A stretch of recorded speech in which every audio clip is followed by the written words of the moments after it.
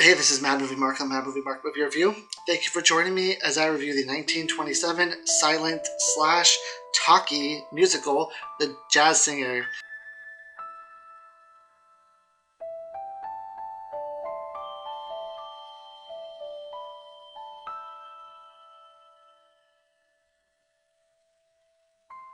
Hey, there's no reason to get upset. It's going to be okay.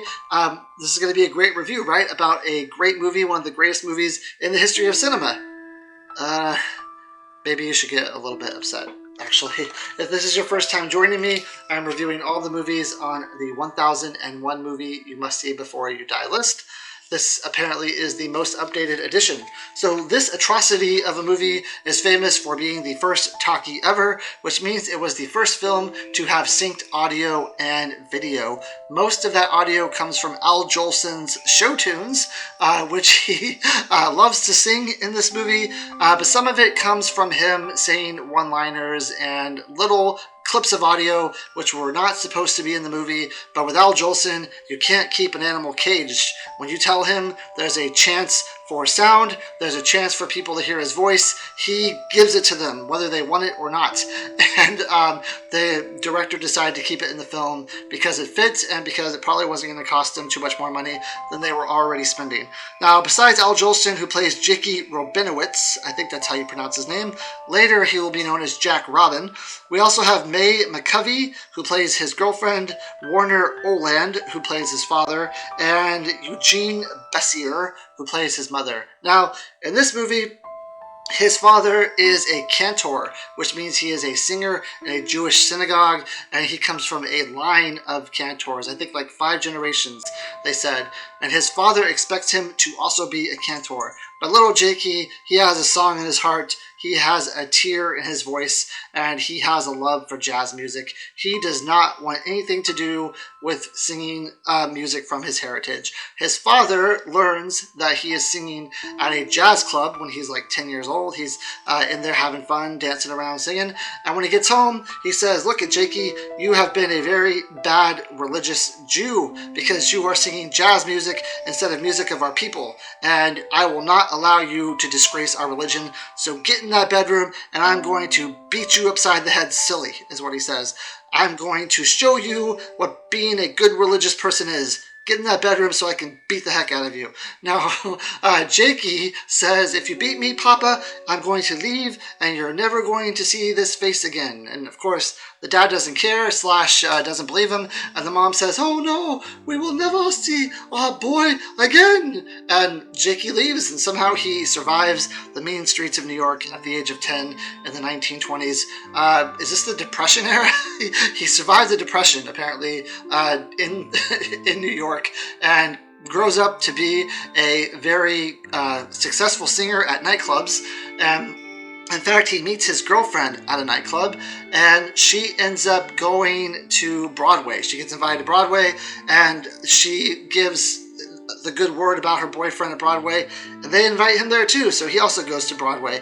Now, when he gets to Broadway, he's now back in New York, and he decides he's going to go visit his parents. So he goes to visit his parents, and his mom's there, and they're in the house, and he's playing the piano, and they're singing some tunes, and they're having fun, and they're like reminiscing, and they're loving being together because they're mother and son, and they're enjoying life. And the father walks in and says, "Son, you have disgraced this family again by playing jazz music. I'm not going to beat you this time, but you're going to get out of this house and you're never going to see me again." So he goes to leave, and the mom says, "We'll never see our boy again." And then he goes to go on Broadway. Now, a little bit later in the movie, the father is dying, and they need someone to play the cantor during Yom Kippur at the synagogue.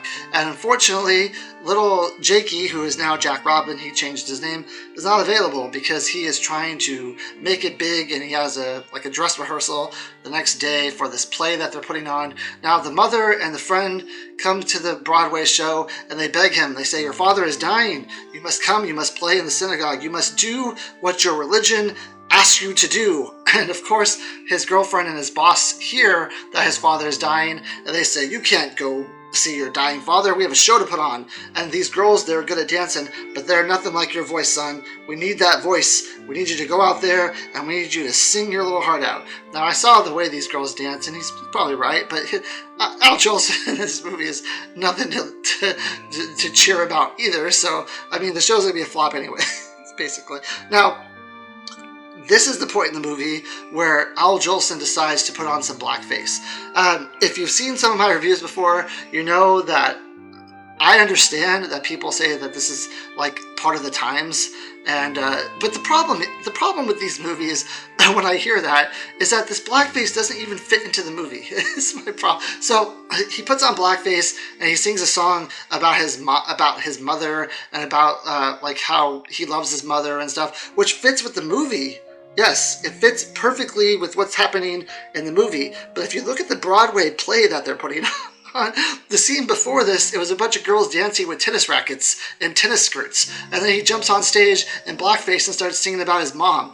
How does this fit into the play that they're putting on? I have no idea. It's just so ridiculous. It's so stupid. And it's like, sure, if you're going to say, oh, it's of the times, like this is how those times were, well, it should at least fit with the movie. It should make sense with the movie. If you're going to have a racist scene, at least make it make sense. Now, I've also read online, I've done some research on this, and it's supposed to talk about how he feels isolated in his family as a Jewish person, and his mom's the only person he can look up to. So he put on blackface because black people also feel isolated during this time, and they were treated poorly, and they were like alone in the world by themselves. Yes, that fits with the context of the movie, but not with the Broadway play that he's putting on, that he's like rehearsing for.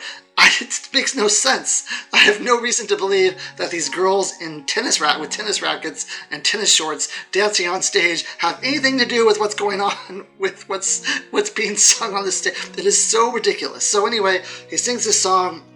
He decides that he's going to let them get in his head, and he goes back to see his father. His boss allows them to cancel the first night of opening night of this play. He goes to see his father. He sings the Cantor thing. His father hears him singing, and what I expected here was a complete 180 from his father. Like, oh, my son, I am so sorry. Like, if you want to be a jazz singer, that's what you should be. I have wronged you in this life. I am now ending my life. My life is over, and you need to go and live your own. And if you want to break the line of Cantors, that's up to you. Like, this is your, like, thank you for doing this beautiful thing for us. I know you, like you stepped away from your career, and this is what you're doing, but please go live your life. It's not what he says at all. He says, my boy's singing in the synagogue. He has finally redeemed himself. Our family is whole. Oh my God, this is so stupid. This is, you're going to guilt trip the guy to sing, and then at the end of the movie, you're like, yep, he listened to me. Good, that guilt trip worked. Thank God. I'm so glad I was able to guilt trip my son into doing what I wanted for my own personal reasons. It's so dumb. And then he ends up going back to Broadway, singing on Broadway, whatever. That's the whole movie. I'm sure Al Jolson in the 1920s was a huge hit. I'm sure that he was a big name. I've heard of him before. I've heard the name. I never knew who he was. Like, I knew he was a singer. I didn't know he was an actor, but I've heard his name before. Probably when I was watching, like, I Love Lucy or something. I don't know. Or maybe even the Marx Brothers, because I've seen a lot of Marx Brothers movies. Maybe he's mentioned in one of those. But I've heard his name. I know he was famous back then. I mean, he's the first person to ever talk in a movie. But he is just terrible. In this, he is so happy and pleasant, and he never gets angry or mad or frustrated.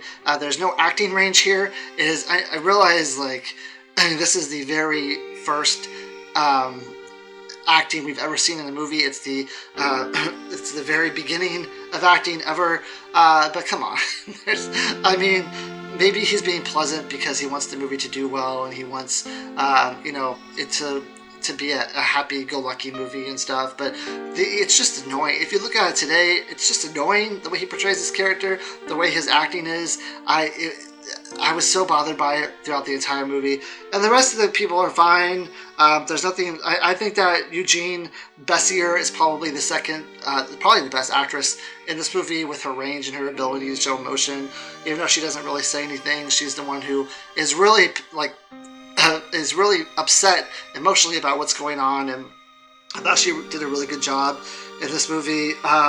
Besides the acting, I think the plot line is just absolutely absurd and ridiculous, and it's just terrible. Really, there's no arc on any of the characters here. The son is just treated poorly throughout the entire movie. I don't know if there is even supposed to be a moral objective to this movie. If there's any moral thing they're trying to say at the end. I don't really know what they're trying to say at the end of this movie, honestly. They're trying to say that you have to be a good boy to your family by doing whatever they say and giving up your dream for a little bit and making your life miserable and not doing what you want to do because that's what your family tells you to do. Like, that can't be the moral of the story. I don't know what the moral of the story is here. It's so terrible. It's ridiculous. I absolutely hate this movie. I appreciate the fact that it's the first talkie that have revolutionized movies forever. It changed the movie landscape. There were a few silent pictures after this, but after everyone got kind of the hang of what they were doing and learned how to do it, everything became a talkie movie. I appreciate all that. It paved the way for other talkie movies and for what we have today. But besides that, it's an abysmal abomination of a movie, and I give it a 3.5 out of 10, which is the lowest score I've given so far. And even when I reviewed all the movies that were 100% fresh on Rotten Tomatoes, I didn't give any of those a 3.5. This is one of the lowest scores I've ever given, but I think this movie is absolute garbage. So there you go.